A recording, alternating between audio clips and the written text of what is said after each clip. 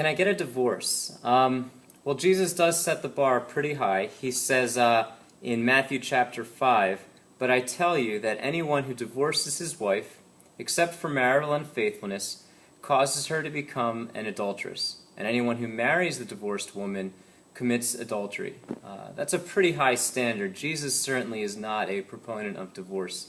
He goes on to say that that marriage is for two people and it's a permanent bond.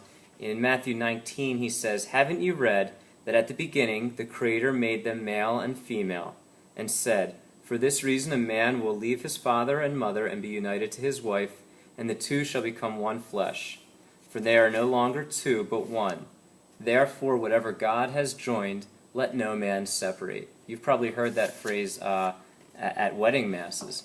Clearly, scriptures do not endorse divorce. There are situations where a marriage needs to be dissolved, or it's recognized as not a permanent bond in the church.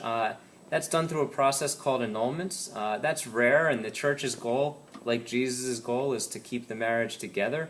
But there are situations like this marital unfaithfulness statement that Jesus makes where perhaps a separation is necessary.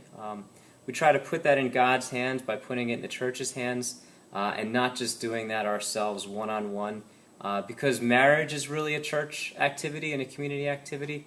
An annulment would be a church activity and a community activity. Now I know this is a huge cross for a lot of people, and the church certainly does not have a judgmental outlook on this.